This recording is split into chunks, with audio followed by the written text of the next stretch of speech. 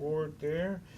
Thank you, everyone, for coming on to the Apple Heart and podcast channels. And then as we wait for the other things to kick on, like the YouTube and Instagram and Twitter and Facebook, I'd like to welcome everyone to Bridges Live. And Bridges Live is about giving information, understanding, and hopefully it brings you to an action. The show's on Monday. It's called Free at Last. I'm usually with Dr. Shannon Gadsden. He's a psychologist, and he's had a little patient today that was having some issues, which we believe in taking care of your mental health. And that's why I have Mr. Shannon Harris on. He's going to tell you a little bit about himself before we get into the science and health and healing. So, Shannon, please introduce yourself. I am Shannon Harris. I was born in Chicago. I'm a practitioner of traditional Chinese medicine in regards to Qigong. Also, since the 80s, I've been heavily into music and computer science. And as I evolved in the practice, later on in life, learning meditation, Qigong, yoga, and Eastern medicine, I began to create something called audio pharmacology. And from there, I call myself like a sound scientist. So I'm doing a lot of experimentation with the bridging of Eastern and Western medicine and technology. Yeah. Hope that was a good explanation. I hope so, because we want people, and the reason why I started, because you've been on my show before, but when we started, I started this Free at Last. I wanted to bring in the science of healing slower, so people can really grasp the small pieces as they are being taught this moving along. Because we have talked about before, I think people have a trouble healing because they have a trouble understanding the information. Mm-hmm. And so they don't know where to go. Like even if they admit to themselves that they're trauma-filled, which is great, they want to get mentally health, they want to get spiritually awoken, they want to get physically well, they want to get emotionally happy. They don't know where to start because they haven't asked themselves the right question, or they haven't understood the right information. So how do we bridge that gap, Shannon? Well, for me, it came through being sick all the time. When you say, be honest. You just get tired of being sick. Yeah. So the last straw that broke the camel's back was I developed bilateral carpal tunnel syndrome, where I was unable to use my hands, the left and right hand. And from there, I remember laying in the bed and asking God, Nater, whatever you want to call it, the universe, how did I get here and why? Mm-hmm. And I also swore to myself and made a pact that I would do better, because I actually ignored. Yeah. I ignored all of my symptoms for a while because I just kept it moving. Had my body moving like a machine, because I was working an IT job full time. I was touring as a DJ, and then I was running a recording studio and record label. And later on, that it enhanced into a clothing line and events and all of these things. I had like 8 different jobs. Also, mowing grass and doing stuff around the house. So it was intense. It was intense. Yeah. So after that, I went to regular doctors. They made me feel sicker. Mm. So there was one moment I was like, so what else is there? And something came to me, like, people say download or, premonition, that I needed to seek a different type of healing. I remember having this one.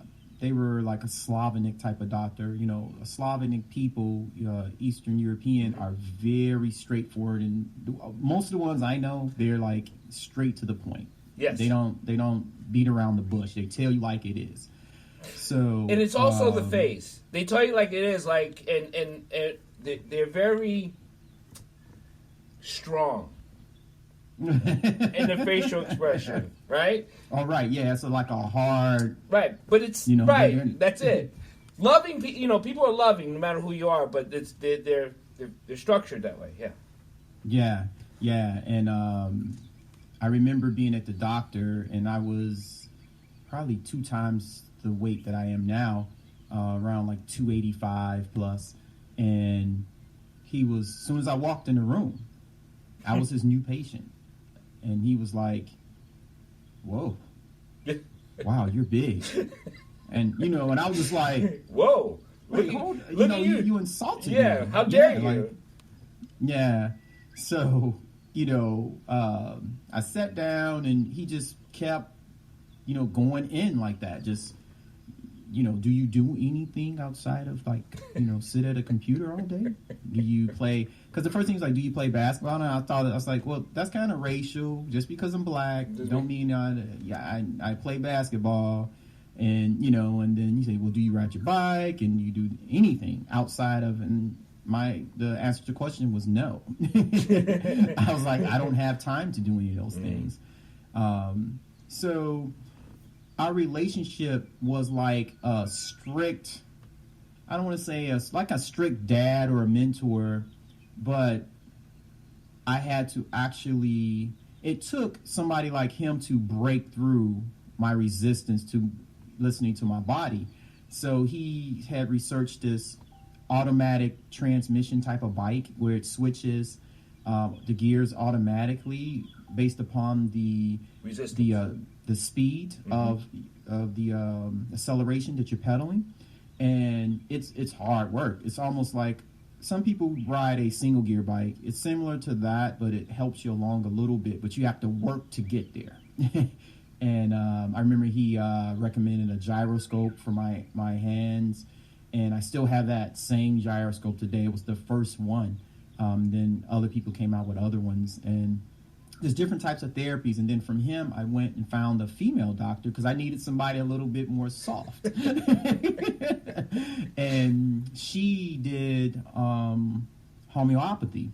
So I didn't know what it was. I just read her bio. I was like, I need this right here. And she introduced me to, homeopathic medicine. And from there, it just kept going on and on and on and on. And till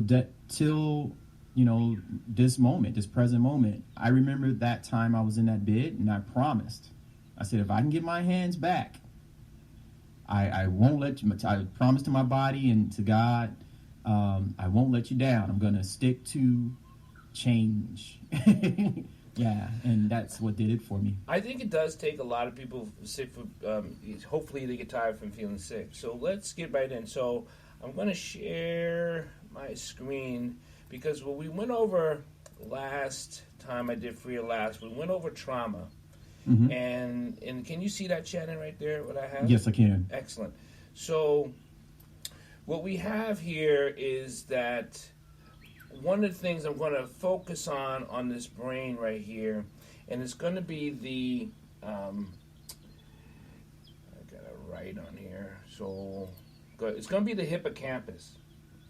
So the hippocampus has a lot to do, and it's right in there, okay? Now, the hippocampus does a lot with fear. That's one of those areas that it has the amygdala, and we talked about that before. And that hippocampus there, and when it comes in, it has something to do with long-term memory. Now, this is important because when we get introduced to trauma, no matter how trauma gets there, and is caused by a pressure. This trauma gets sent right here and it gets filed. So things start triggering that through what you call a sensory load. So it becomes a sensory load that triggers this hippocampus. Now, there are other things that also gets triggered too, the pituitary gland, right? And then also you get the hypothalamus also gets triggered. Everything gets triggered, but what happens with trauma, because it's also stored back here in this hippocampus, which is right in there, is that every time you thinking of the past, this starts triggering a chemical that's a negative chemical, right? The adrenal glands, and it stops triggering the oxytocin in your body. It starts triggering the dopamine in your body. It stops triggering the serotonin in your body. These are all good chemicals that gets released, but then there's bad chemicals that gets released. So just with the hippocampus alone, where it has that fear, flight, freeze, fear, signal progression, guilt, that's in there, lack of success, but what you feel your success is, that's also triggered in there. And then it also starts to trigger the, just to be here, the frontal lobe, right? It also triggers that frontal lobe, and it blackens it out. It just makes it really dark, so you have no cognition, no reasoning skills, no developing of what you call understanding. So even if people read something that they want to get healthy and they're reading through the fear, you're going to have this blackened out issue right in here, so cognition doesn't even fully develop. So just that piece alone, and we're going to get more into the other parts of the brain. And this is why I brought Shannon in for us, is because he's going to talk about how the music affects the brain and how it can heal and splinter that clog trauma where it releases. Go ahead, Shannon. Now I'm going to stop sharing my screen, and then you can just go there.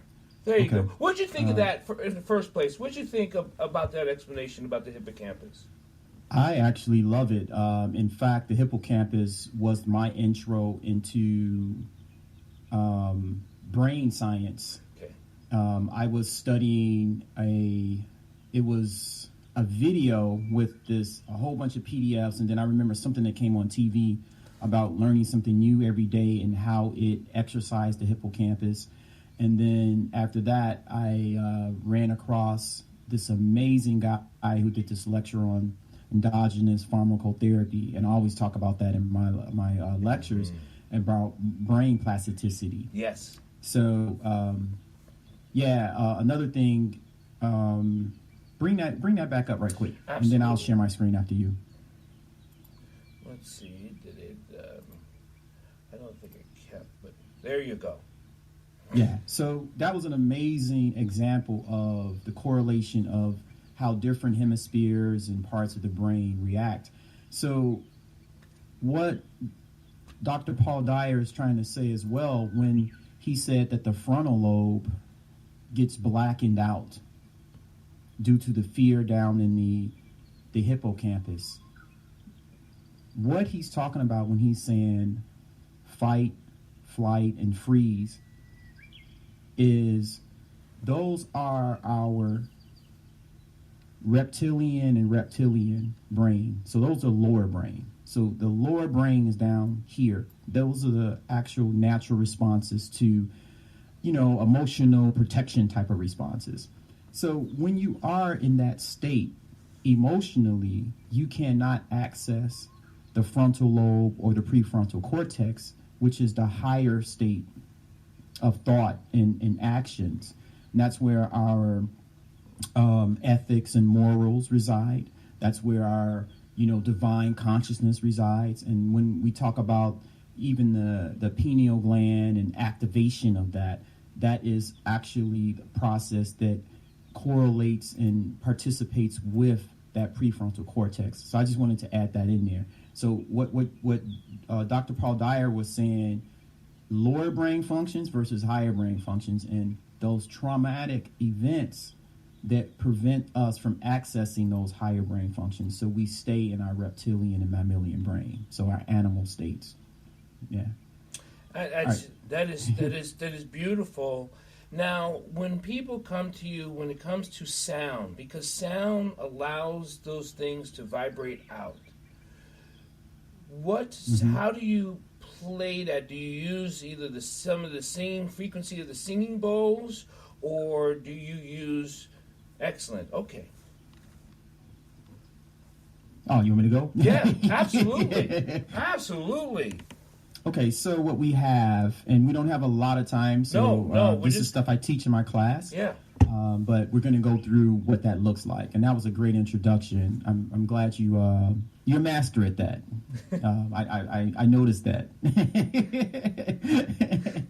So, is this a full screen? Is it full screen there? Yeah. Okay.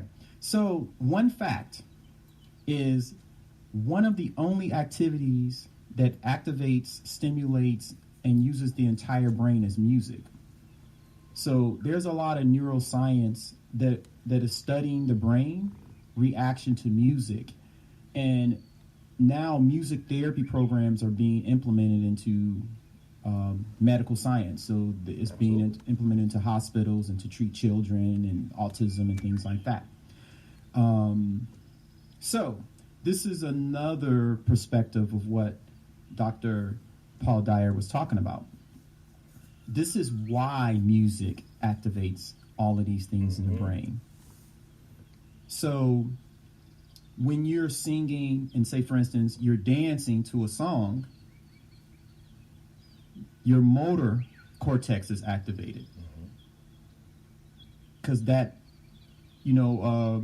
enhances. That is the thing that makes you move to rhythm, right? Right. Then your prefrontal cortex controls behavior, expression, and decision making. So, say for instance, you start hearing a song, and you just start tapping your feet, and you snap. There's different parts of the brain that's being ignited. Then when you start singing to it, that's something else. You got to accessing the memory part of the brain because you have to remember the lyrics, right? Then you have to keep time. Those are all different parts of the brain, and the visual cortex as well. Sometimes you're actually seeing things as you're dancing or experiencing music. I'm not going to go real deep into this, but these are just a lot of the things that are ignited within the brain. Shannon, I want you to go down to your, I think it's your slide 7, where it lights up. So I'm going to talk about that real quick. How that lights up. Is that 6 or 7? That one. So when we talk about brainwaves, so now when we talk about brainwaves and hemispheres, the hippocampus plays a big part on the brainwaves and the hertz that it registers in. Because of the older part of the brain, it actually registers first. Go ahead, Shannon. So let me go here. And this talks about the brainwave cycles. That was the next slide. So what we have is not only different hemispheres being ignited all at the same time. That's what music does, all at the same time. Other types of things, it uses certain parts. Hemispheres. This one, all of them are ignited at the same time. So now we have what is called brainwave cycles. So we say brain states. So people have heard of these, the Greek, alpha, theta, delta, beta, gamma. But this is what that really is. So the highest state is gamma, which is a superconscious. So to get to this level, you're going to activate the frontal lobe, the prefrontal cortex, the higher, brain functions. And these are the things when people say they're human beings. If you're not activating your prefrontal cortex and the pineal gland, you're still functioning as an animal. As an animal state. Absolutely. Yeah. So what we're talking about is very important because we walk around, I'm human, but we haven't accessed, our higher states of consciousness. We're still in the animal state. And that's why also words actually dictate what state you're in. Mm-hmm. What I'm used to is an animal state verbiage. What I'm used to. I'm so used to it. That because you're not in a you're not even in conscious state. You're not even in subconscious state. Matter of fact, you're so below subconscious because you're not even running the program. The program's running you. So when you use words, oh, I'm used to going this way. I drive this way. What bus do you get on? What train do you get on? What way do you go to work? I don't know. I just do that. That's the lower part of the state you're living in, an animal state. So you're not even functioning as a human being. And that needs to register to you like, man, I've been walking around all day not actively thinking. That's a difference. Actively thinking, not having thoughts, but actively participating in the thinking process. Go ahead, Shannon. Thank you. And what Dr. Paul Dyer is saying is most of our subliminal thoughts and the things that we think we're conscious of is what we've been entrained to think. So if you watch a lot of TV or what music you listen to, or even the ads that's on the expressway, the billboards, even conditioning from how you grew up, all of those things are implanted into your brain and are on automatic. Then if you add not having some type of practice to control emotions or remove triggers from emotions and work through the trauma, now those are programs inside of your mind that is causing you to react and act unwillingly. You think you're doing it. No, you're unwilling. You're responding to anger just because you're triggered and you have no control. The anger controls you because emotions are energy in motion. So you have these different brain states, and each of these are associated with different types of activity. So the superconscious, highly attentive states of consciousness and perception involved in the higher mental activity and the organization of information. The beta state. Before you go on, I don't want I want to stay in the gamma. I want to stay where people can get to as a human being. Because if you go back to the slide up where it has the hippocampus, in that hippocampus where it says involved in music and memories of experience and context, remember also the slide I had up, the hippocampus also has memory. And if you keep going back to past experiences and not activating the prefrontal cortex, you never reach the gamma state. That's important for healing process to take place. So go back to the gamma. There you go. So when you want to get to your superconscious, now the way it's laid out here, it doesn't mean you become superhuman. Actually, you just become human, because that superconscious state just means you are activating both hemispheres collectively at one. Go ahead, Shannon.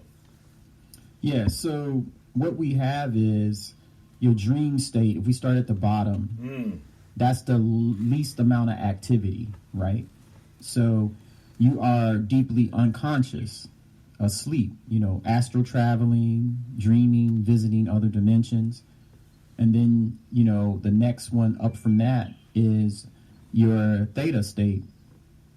And you see there, it also has superconscious.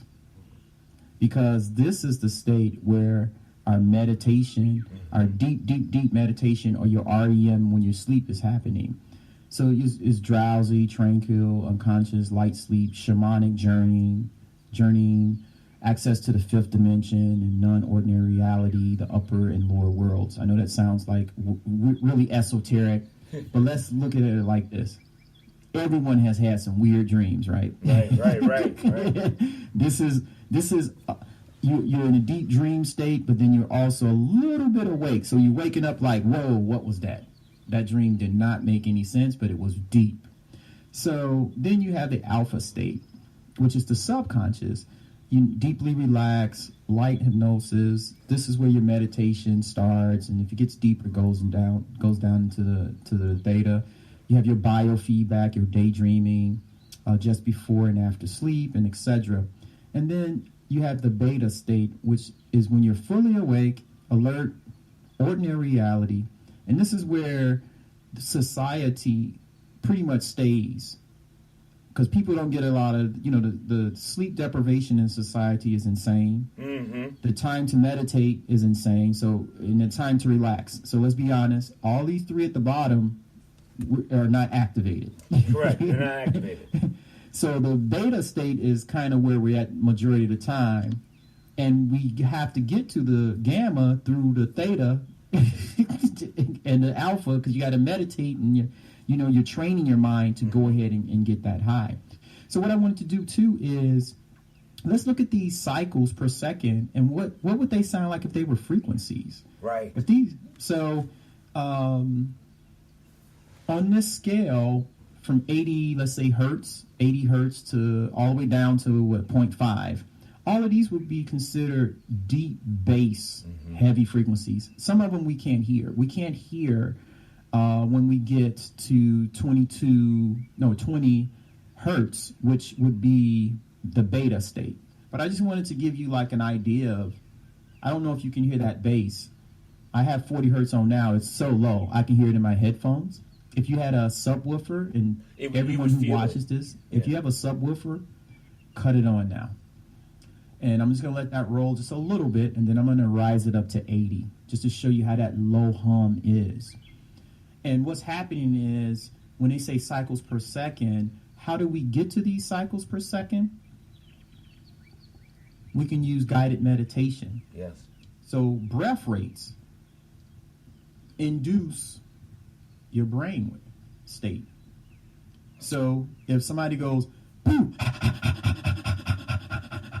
you're going to be activated. You're going to totally be in that beta, and it's going to be even a little bit higher than that, because you're going to be. And then if you're not trained, as we were talking about earlier, with the emotions in the hippocampus, the trauma and the fear and the fight, flight, and freeze, you're either going to freeze because you're scared, you're going to run, which is flight, or you're going to fight, off of that.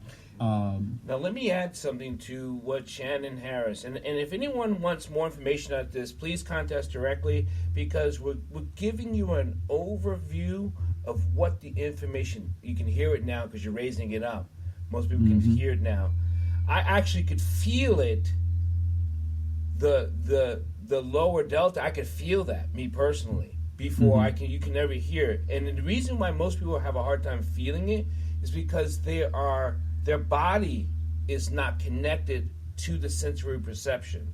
So I can feel, most people can feel things and not understand what they're feeling. That, I believe that is also true. So, but when I want to go to these signals, when he talked about breathing and these signals, it travels up the spine. The spine that's what it travels down. Now the spine, if you know, it has 33, and it connects to every organ in your body. All tissues, all systems is connected through the spine. And as your spine is allowing those vibrations and those hertz to travel up and down it actually activates different organs in your body. I just want to let you know that. So breathing from the brainstem activates the spinal system, which activates the hertz to connect to those healing frequencies to the organs. And it's all energy. So we get energy from breath, and your nervous system, which is connected to the spine, it sends energy to signal from the brain on down. Your emotions are energy. The organs are energy. So what we're talking about is energy, and we measure energy in frequency and hertz, and that's the same way we measure sound. So that's how I begin to understand the interconnectivity between the two. And this is what we were showing a little bit. I jumped here, but another form or another way to get our brains to those delta, alpha, and different types of states outside of a breathing practice would be brain entrainment. So the most common part of brain entrainment is these binaural beats. A lot of people listen to them online. So the science of brain entrainment is the normal brain just has the hemispheres and the neurons and things are just, sparking the way they're entrained to do. And then after 15 minutes, you begin to see an entrainment process happens. And an entrainment process means the left and right brain are beginning to come in sync into the center. And then after 25 minutes, you see that picture, it's dead in the center. So binaural beats, frequency-wise, looks like that. So boop, boop, boop, boop, boop, boop, boop, boop, boop, boop, boop, boop, boop, boop, boop, boop, boop, boop. And then isochronics is more like, it's like, and there's space in between that. So these are the things that can happen via music, and how it inspires the brain, like what it does to the brain. So it can pull attention away from negative stimuli. It can release the feel-good chemical, which is dopamine. Dr. Dyer talked about that earlier, which is dopamine. It stimulates brain waves. That's what I just talked about earlier. It improves your state of mind. A lot of times when you put on music, and I'll talk about that as we go down through the presentation, it actually focuses you, and you can do things more with precision. And then it reduces the perception of pain, and this is a huge thing. Huge. Yeah. Huge. The perception of pain. Mm-hmm. We got to underline that word. You got to remember, more things are perceived in a negative state, which creates a negative action in the body. I'll say it again. When you perceive a negative state, it gives you a negative action in the body. Go ahead, Shannon. Yeah. So here are some, and I'm just going to flip through these so people can see some of the science. There's a lot of neuroscientists that are working with sound healers and sound therapists and music therapists and just regular scientists with the different types of brain technologies and etc. What's interesting here is this study shows the different types of effects that happen in the brain from just a hum, a song being played, words being spoken, a scrambling type of sound, so something like a police siren or something like that, and then an audition. And what they found here is, and I know that some of this sounds like very sci-fi and scientific, but the planum polari was the only thing. I mean, it changed. Everything was the same with the hums and everything, right. And that part was the only thing that changed when it got introduced to sound, to a song. And this chart reflects that. So that part is the green at the bottom. You can see from the left and right, a blue part, they're pretty much identical. The left and right yellow part, pretty much identical. The right one, yeah, they look identical. But the bottom, where the green is, and you look at the song is the higher, all the way to the left, you can see more activity that it produced. So for me, sound gets people, if we're gonna deal with like a healing state or a calming state or homeostasis state involving the brain, I use sound to access the brain and the body. So not only just brain frequencies, I use a lot of body frequencies, but the most important thing that I learned is you got to get the mind. You got to get the mind. I don't want to go on more, Shannon. I'll tell you why, because I think people will get lost. So, and we can come back and go over this again. I would love to have you back on next week, and we'll take it from here so we can explain it such much. Okay. So I'll just put in how people can contact Absolutely. me. So my website is www.audiopharmacology, and it's up there, so I'll leave it there for a little bit.com. And then if you're interested in getting some of the programs, in forms of music online, you can either get it on Audio Pharmacology, you can go into music, or I'm on Bandcamp, and that's a direct link to there. And then I'm also on Instagram at Audio Pharmacology, PHARMACOLOGY, and Facebook, same thing, Audio Pharmacology. Yeah.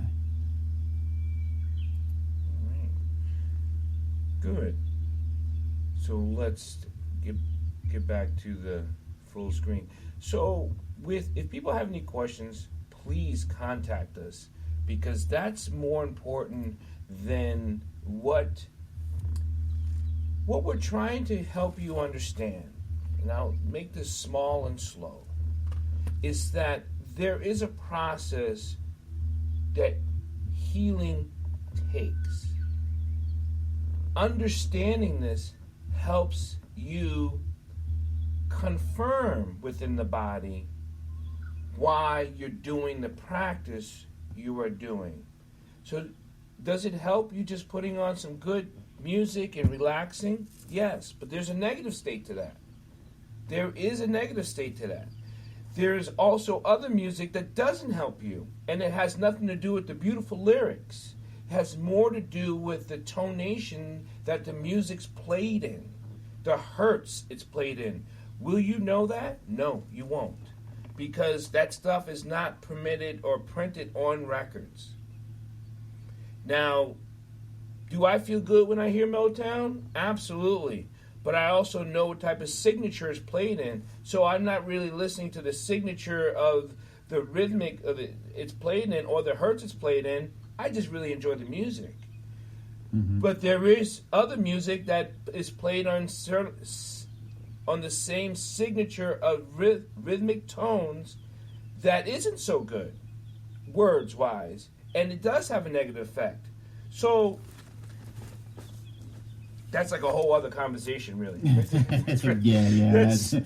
That's where I come in. That's opening up the Pandora box that got me here. Right. Because doesn't it? I mean, it really can be like, because when you understand it, explain what I mean just a little bit, so people would be like, I need to know more. Because that's how. Because keep going.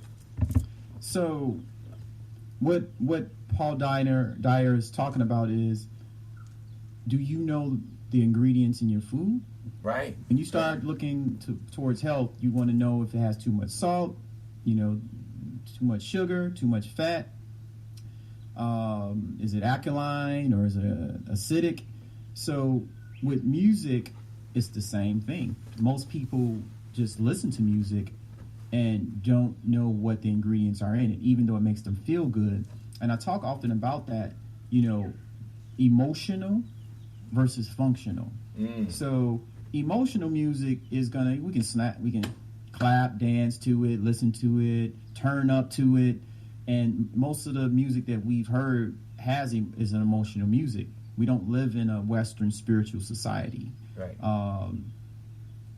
Where if you was to go and look at indigenous music or things like Buddhist music and things like that, all of their music is tuned to that. They're not going to have a Buddhist song talking about big, butts and things like that. It just don't resonate with the culture. No. And in indigenous culture as well.